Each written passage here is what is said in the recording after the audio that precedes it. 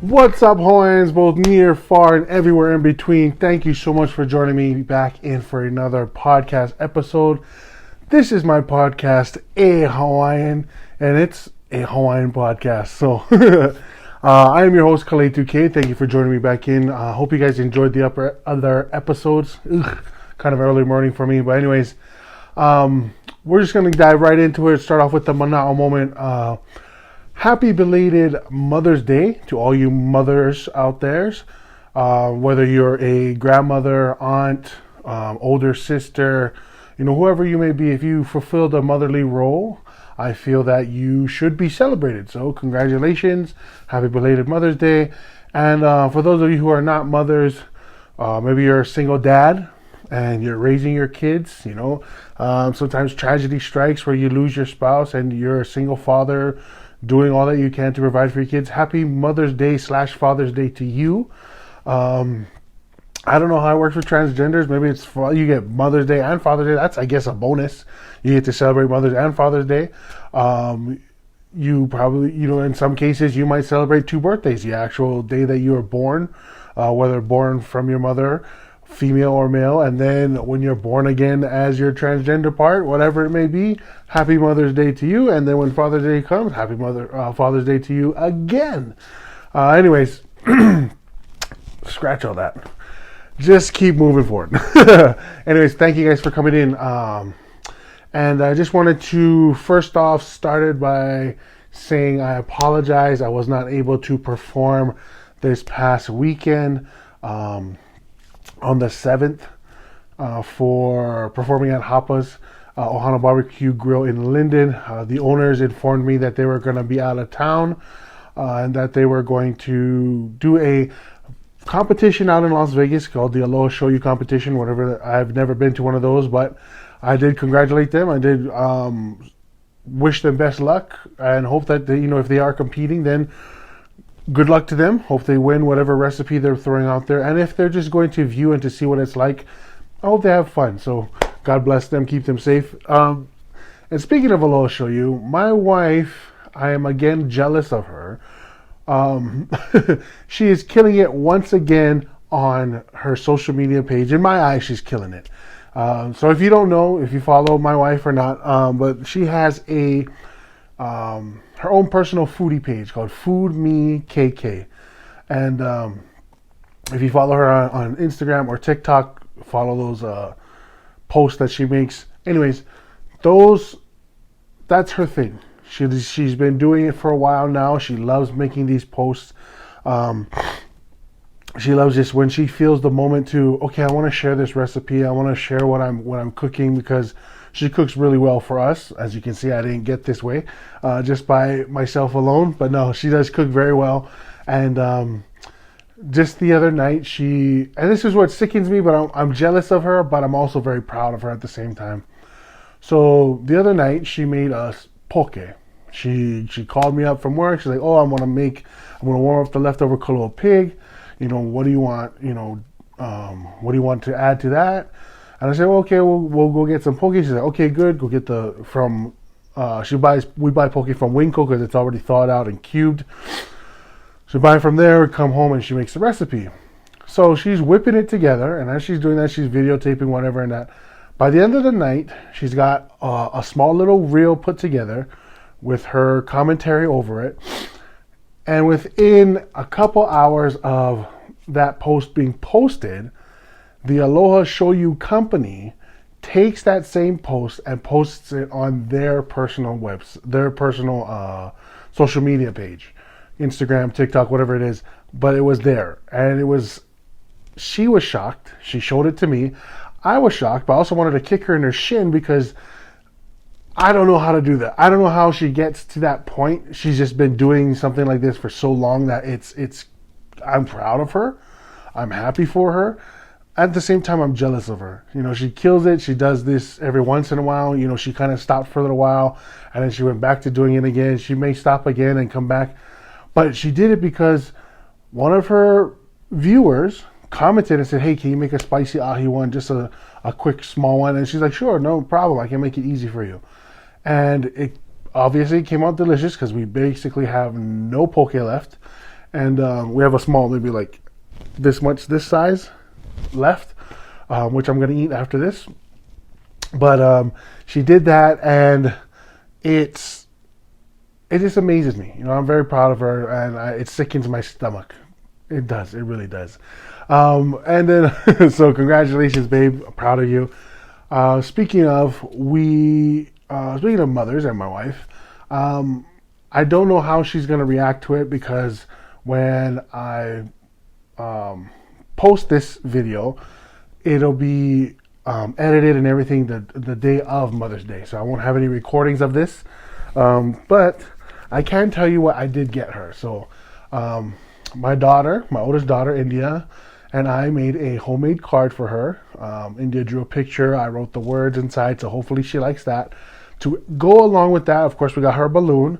We got her one of her chocolates that she likes. She likes Almond Joy. She likes coconut shavings. I don't understand why, but she likes that stuff. I do not. I don't care for it. And then I got her 2 bath bombs, which I hope she'll enjoy, because one of them is called Tranquility, and the other one is called Hugs and Kisses, I believe. So she gets to choose between those two. And then to add to that, tonight, well, this is being recorded Sunday, Mother's Day, because I have to go to work after this. But anyways, anyway, what was I going to say? Oh, yes. So tonight, to add to the Mother's Day thing, I asked her ahead of time, hey, babe, I want to cook for you. I haven't cooked for you in a while, just because I work, random hours, and I get home kind of late. So I said, what can I cook for you, babe? What can I make for you for dinner? What would you like? And she said, I'll make spaghetti. She said, can you make spaghetti? I said, no problem. So I'm cooking for her tonight. And I hope it does come out good. I hope she enjoys her day. Like I said, I do have to go to work, so I won't be able to capture her reaction. But maybe later on, when I do come home from work, I can put something together and put that out there for social media for her. So, babe, happy Mother's Day. I do love you so much, and I am so thankful that you and I met, because I know that if we didn't meet, we would not be where we are today. And I'm thankful for the memories. I'm thankful for the adventures. I'm thankful for the growth that you have brought to my life. And I thank you for being the best mother that I have seen thus far. You are good to our kids. You love them unconditionally, which I am thankful for. You do so much more for us without us even asking. We don't expect it. And I talked to India about this too. She's, Mom just does things and we don't even know she's doing them. So thank you, babe, for all of that. I really do appreciate it. Happy Mother's Day to you, and happy Mother's Day to all. Okay? Sheesh. Okay, so let me just go through my notes real quick. Oh, so we're getting into the Mahalo moment. Like I said, I wanted to talk about conquering fears.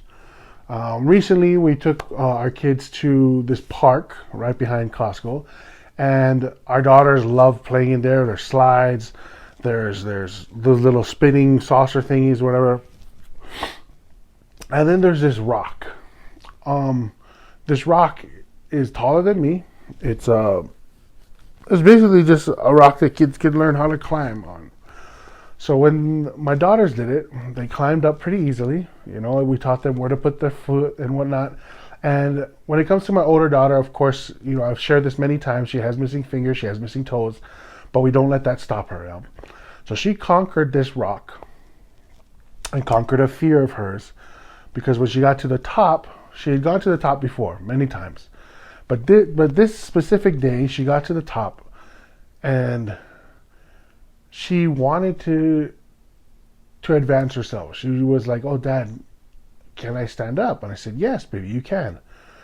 And it's not very high, of course. It's taller, a little bit taller than me, but for her, it's high. It's very high. So she starts panicking a little bit as she's trying to stand up. She's trying to hold on to the wall, hold on to the rock, and stand at the same time. She's got the jelly legs, and it's totally fine. It's totally understandable. But I told her, baby, stand up here. Hold my hand. Stand up. And of course, it took her a while. She struggled, but she eventually stood up, and I let her hand go. And she was shaking a little bit. She was starting to cry. And I said, baby, don't look around you. Look at what you can see from up there. You can see higher than Dad. And she started looking. She could see the entire playground. She could see the entire park that was around her. And I said, look how beautiful it is. And I told her, this is what Dad used to do back home. When we used to go jump off cliffs and go jump into the water, this is what I would do. I'd stand on the edge and I would look around. Yes, you feel the wind. Yes, it is high. It is scary. But when you are able to take in and appreciate the creation that God has made for you, the earth itself, the greenery, the birds, the sky, and you respect that, you put your mind somewhere else. I think that's one way of conquering fear. For my daughter, standing there, even though it wasn't that high, it was probably like 6 feet 2 inches high, and then her height. For her to do that, it really stood out to me that this is something that's different for her, something that, to me symbolizes what it takes to stand on your own mountain, stand on your own cliff, on your own rock. Whether that's, for me, it's my confidence. It's my confidence in performing. I practice. I love playing music, but every time I come on stage or I'm sitting there performing in front of strangers, I get nervous. I've sang the same songs over and over and over.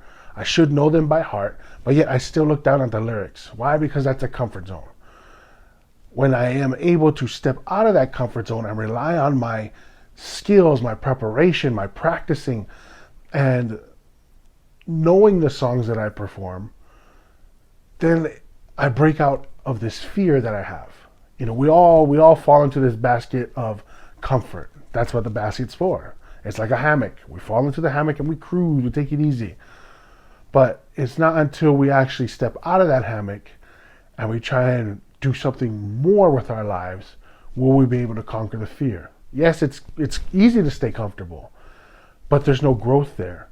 If my daughter just sat on the rock, she would be missing out on a few more inches. And it's just a few more inches of beauty that she would have missed out on. And that goes for us in our own lives. When we sit and we're comfortable, if we don't take a few more inches or a few percentages of change, we won't see the bigger picture that, whether it's destiny, you can call it destiny, you can call it the universe, or you can call it God, trying to open your eyes to see just 2% more, just 1.5% more than what you're used to.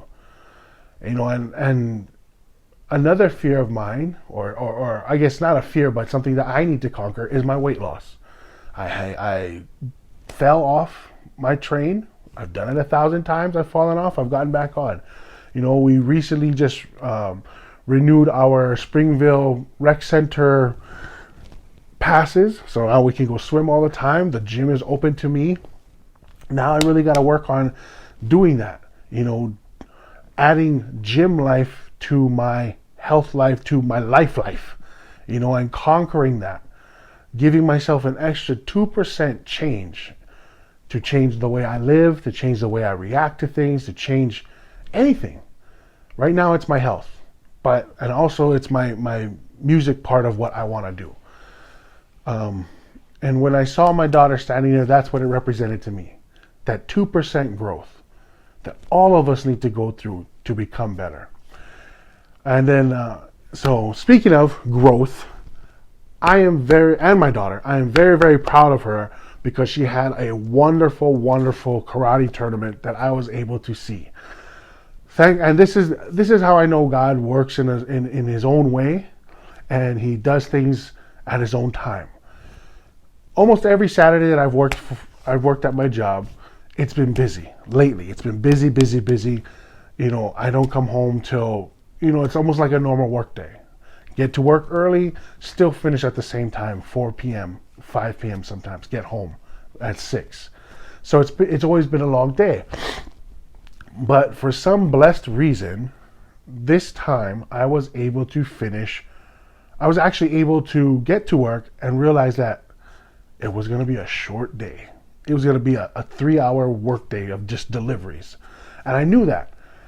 But when I got to work, I didn't know. I told my wife, I said, babe, I will do my best to get to the tournament. I will let you know as soon as I get to work what kind of a day I'm looking at. And we'll see. We'll just have to work it from there. If I can't make it to the tournament, I'm so sorry. But if I can, I will be there. And thank God I was able to attend. I was able to be there. My workload was very light. I was so excited. My supervisor said, hey, we'll just take the truck, go to the tournament, do whatever you got to do, and then get to work because you got to, as long as you get your job done, I don't care. As long as you're able to do that, we're good to go. So I was like, oh, great. This is great, right? So I'm all ecstatic. I'm happy. I take off. I go to the tournament. I'm there. This is my first time ever being at my daughter's karate tournament. She lights up. She's got her hair all tied back, everything. She's ready to go. We're ready to rock. We're watching their performances, and we're watching demonstrations, like karate demonstrations. So they put like on a whole, almost like a talent show version of their skills, right?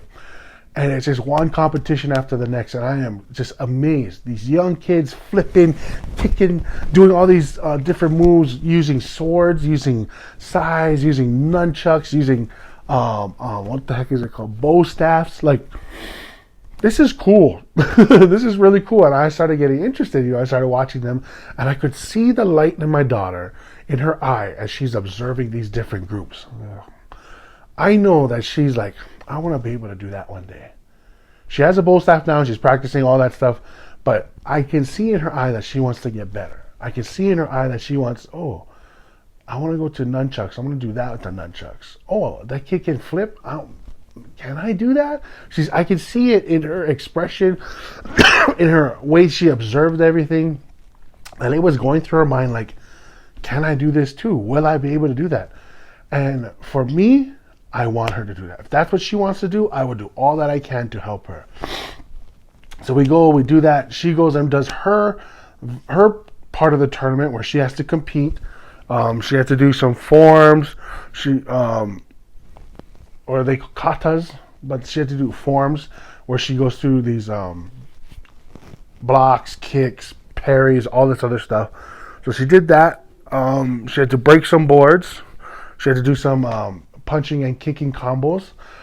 And then she had her little award ceremony. She got first, second, and third place for the different categories she was in. However, my wife and I, along with some family members of ours, feel that she was juiced on this, meaning that she didn't get what she deserved. She should have got higher compared to the children that were competing with her. But it is what it is. Of course, we were a little upset because it didn't make sense to us. Our daughter did certain things that were, what was expected, whereas the other kids didn't fulfill what was expected. They were less than what was expected. And I didn't understand it. A lot of other people didn't understand it. Even people who weren't related to us, their own kids, they're like, oh wow, that's weird. They said that when my daughter got certain points and stuff, or got the medal that they felt like she wasn't supposed to get. For all of us, we know that she was first or second place on all of them. That's how I felt. First or second place on all of them. Never a third place. First place for certain ones, second place for other ones. But it is what it is. We pushed that on the side. We told India that we were proud of her. We asked her if she was okay. She said she's just not used to that area. She was kind of nervous. So she was a little hesitant, but she fulfilled what she was supposed to fulfill. She did what she was supposed to do. Not as intense as it used to be, which is okay. But I share some of that blame too. My daughters competed in previous tournaments where I was actually coaching and training her outside of karate and doing, practicing with her all the time, blindfolding her and doing her forms and all this stuff. So her confidence level was super high.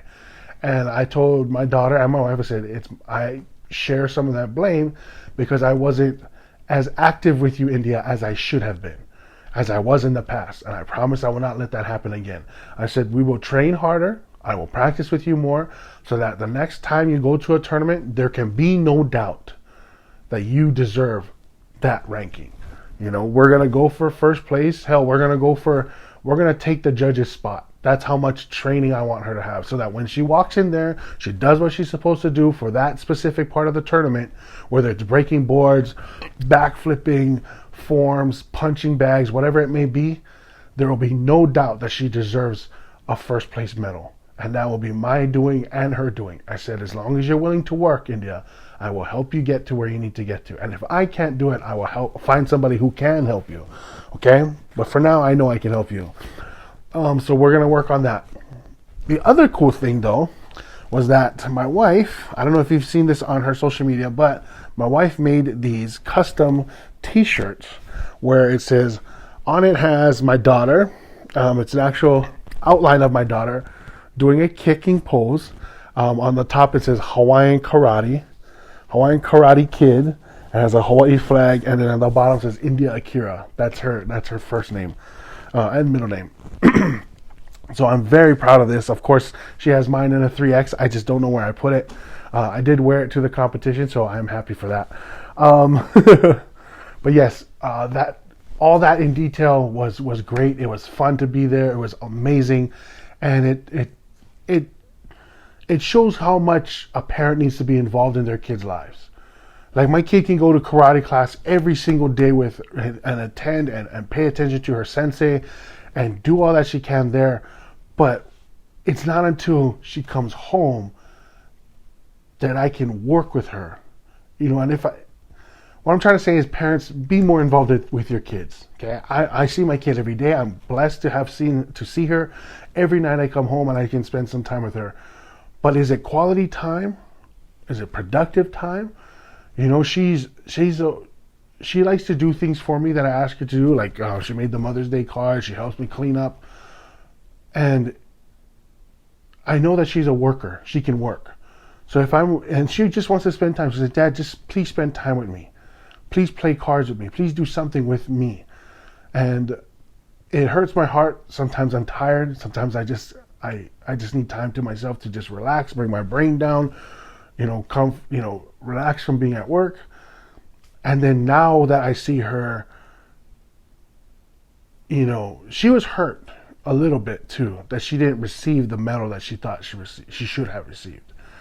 And she was a little hurt. She was a little scared, a little timid. And I share the blame in that, because I wasn't preparing her enough. I wasn't giving her enough time to be ready for this competition. And that's on me. But like I'm trying to say is, parents, spend more time with your kids. Spend productive quality time. That's what I need. Not just time, not just quality time, productive quality time, if that's what your kid wants to do. So like if you're in sports, right? Like my daughter with martial arts sports, right? They want to spend time with you. And yes, they might want you to coach them, or they might want you to just help them somewhere, so that they can get your attention for 20 minutes, 10, 15 minutes, just some attention from you. And whether that's the connection of you and that sport with your child, or it's just drawing with them, playing cards with them. I played Uno with my daughter. She just wanted to play Uno. So we played. That's what we did. We may do it again some other night. But I strongly do believe that when a parent is involved with their kids' lives, it will definitely help them develop, help them grow in this, whatever aspect that they build upon. So like, I want to build my daughter's martial arts and confidence up, and I will work hard on that. And that's what I plan to do this coming week. Just work with her, work. And then we look forward to another tournament, whenever that may be. So we'll see how that goes. But yeah, that's pretty much it for my now moment. I hope you guys are doing okay. And we're going off to the next segment, which is It's News to Me. All right. So in the spirit of Mother's Day, I did some research, and I wanted to know, when was Mother's Day created and why? So I looked it up. According to Britannica.com, Mother's Day, which is a holiday in honor of mothers that is celebrated, it's not only celebrated in the U.S., it's actually celebrated throughout countries in the world. Pretty cool. It originated in the United States, where it is observed on the second Sunday in May. That's true.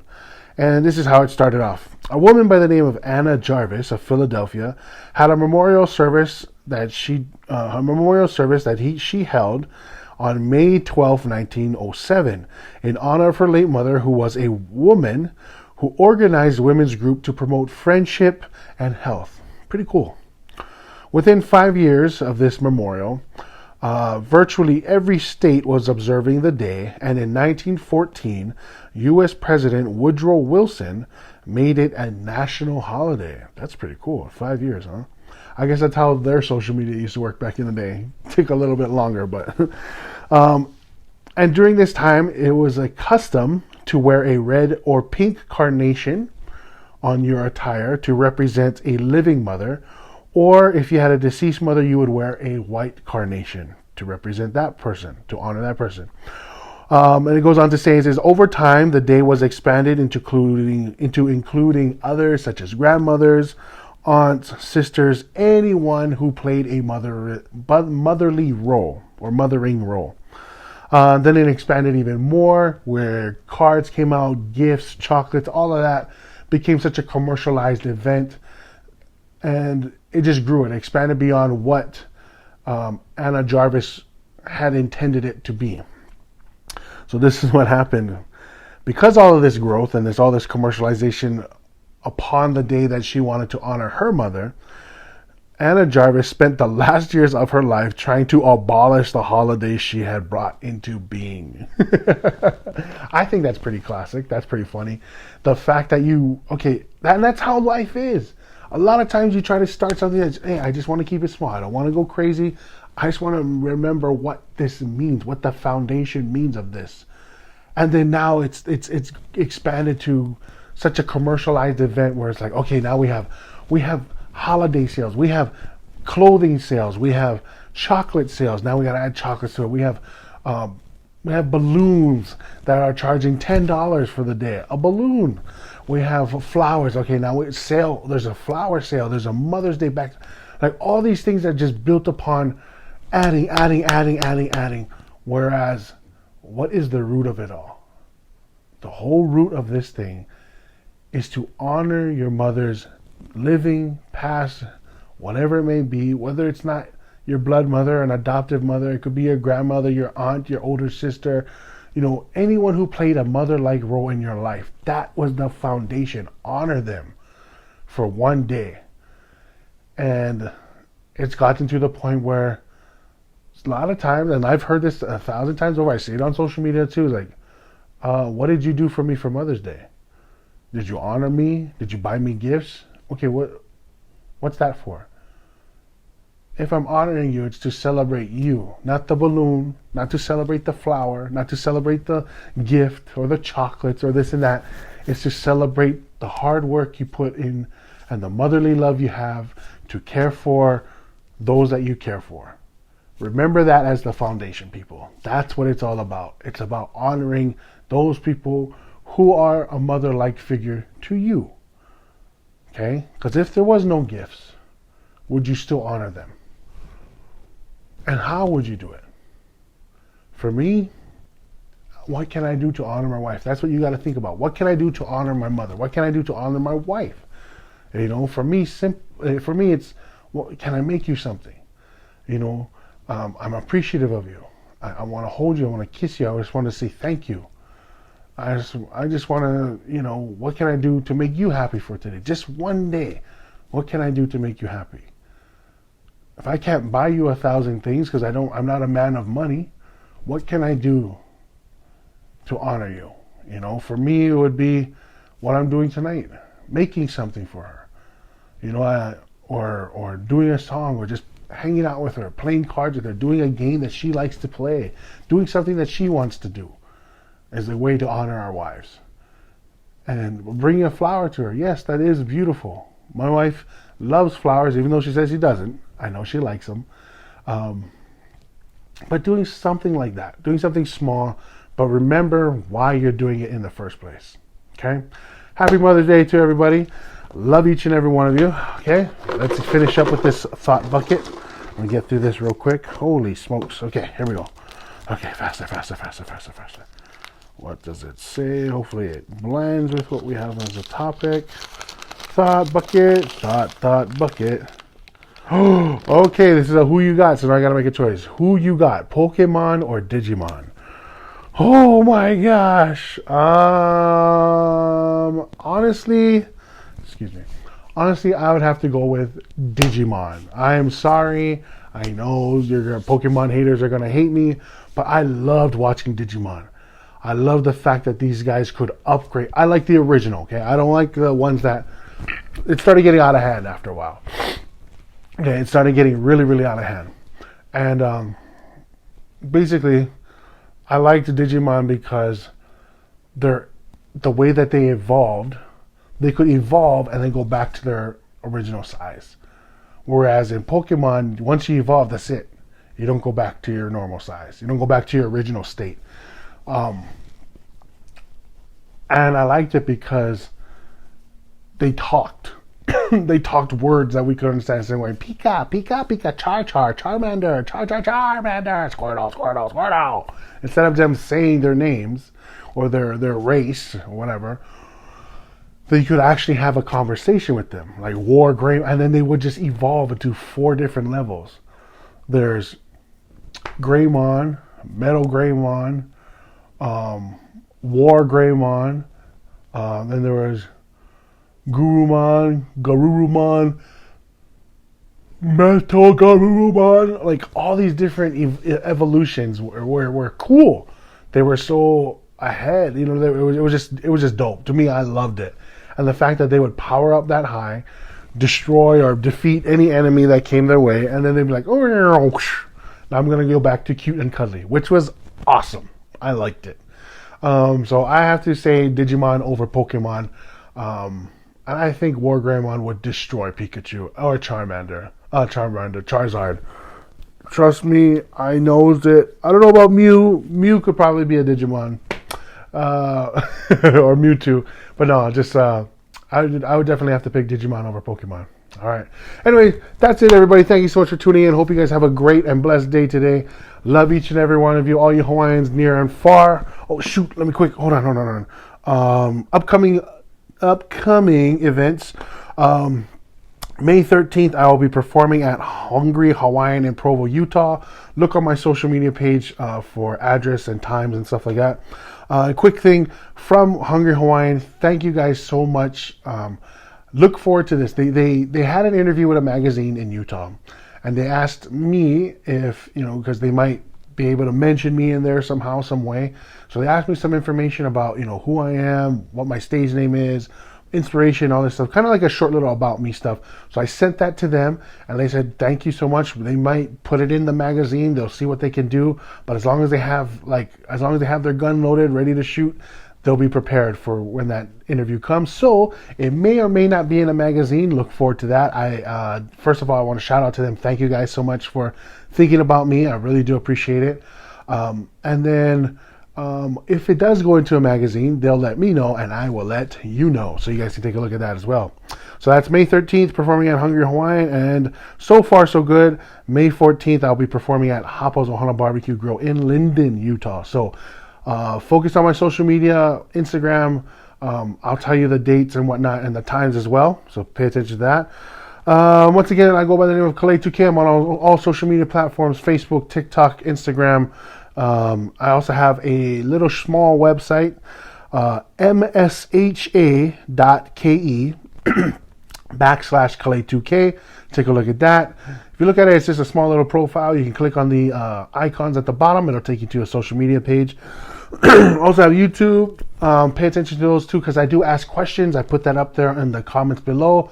Go ahead and take a look at that. Or you guys can look at the links that I have for the news articles as well. So you guys can take a look at that. Let me see what else. And that's it. Look forward to, and just pay attention to any upcoming events. Like I said, once again, thank you guys all so much for tuning in to this A Hawaiian podcast. It's been a pleasure.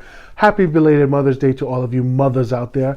Love each and every one of you Hawaiians, near, far, and everywhere in between. Take care, God bless, and always remember, spread aloha, not hate. Take it easy, everybody. Aloha. Bye.